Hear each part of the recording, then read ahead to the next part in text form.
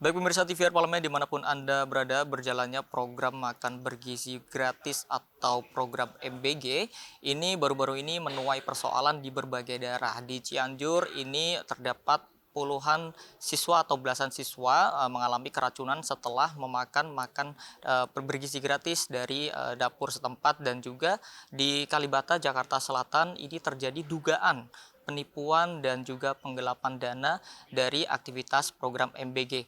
Lalu apa nih tanggapan dari legislator menanggapi berjalannya program MBG sejauh ini? Sudah bersama saya pemirsa, ini Ketua BAM DPR RI yang juga anggota Komisi 9 DPR RI dari fraksi PKS untuk daerah pemilihan Jawa Barat 8, Ibu Neti Prasetyani. Ibu, Ya, apa catatan Ibu, Bu, melihat berjalannya program MBG sejauh ini, Bu? ya, tentu saja secara pribadi dan juga atas nama fraksi PKS, sebetulnya kita mengapresiasi ya program makan bergizi gratis ini. Namun dengan berbagai kejadian keracunan, kemudian telat bayar, tentu kita meminta kepada BGN sebagai pengelola harus berani melakukan evaluasi secara menyeluruh dari hulu ke hilir.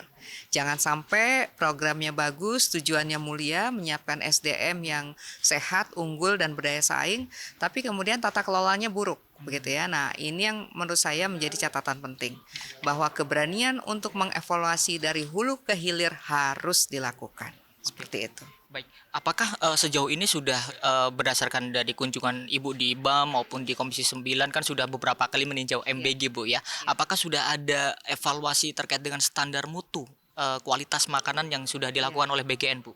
Ya, tentu saja jika kita melihat dari beberapa lokasi dapur ya, SPPG yang saya kunjungi bersama teman-teman Badan Aspirasi Masyarakat, memang BGN ini mengembangkan dua skema. Yang pertama skema kemitraan, yang kedua skema yang memang dijalankan oleh BGN itu sendiri. Namun menurut saya ketika kita mengembangkan dua skema ini, maka BGN harus melihat mana pola yang lebih pas ya untuk sebuah daerah dengan sasaran yang besar ya, seperti yang saya lihat di Purwakarta misalnya.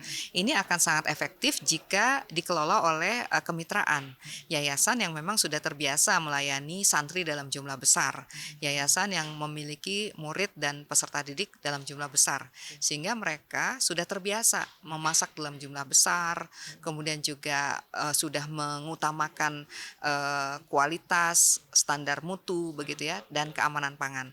Nah, jadi kasus-kasus keracunan ini nampaknya bisa diminimalisasi. Kenapa? Karena mereka sudah terbiasa mengelola penyediaan makanan, penyelenggaraan kegiatan dalam jumlah besar ya. Nah, itu yang pertama. Yang kedua, jika kemudian dilakukan oleh BGN itu sendiri, maka yang harus dilakukan adalah pengawasan. Jadi kalau kemudian kita bicara skemanya adalah pengelolaan yang dilakukan oleh BGN, maka pengawasan internal ini harus dilakukan. Oke, Bu. Bu, terakhir, Bu, terkait dengan proyek makan bergizi atau program makan bergizi gratis ini kan bukan program yang bagus sekali, Bu. Kira-kira siapa yang berhak mengawasi ini sebetulnya dari siapa saja, Bu? Ya, tentu saja program makan bergizi gratis ini kan menjadi tanggung jawab kita semua ya. Mulai dari BGN, kemudian pemerintah daerah, SPPG ya, pengelola dapurnya, dan masyarakat itu sendiri. Termasuk masyarakat di dalamnya adalah orang tua.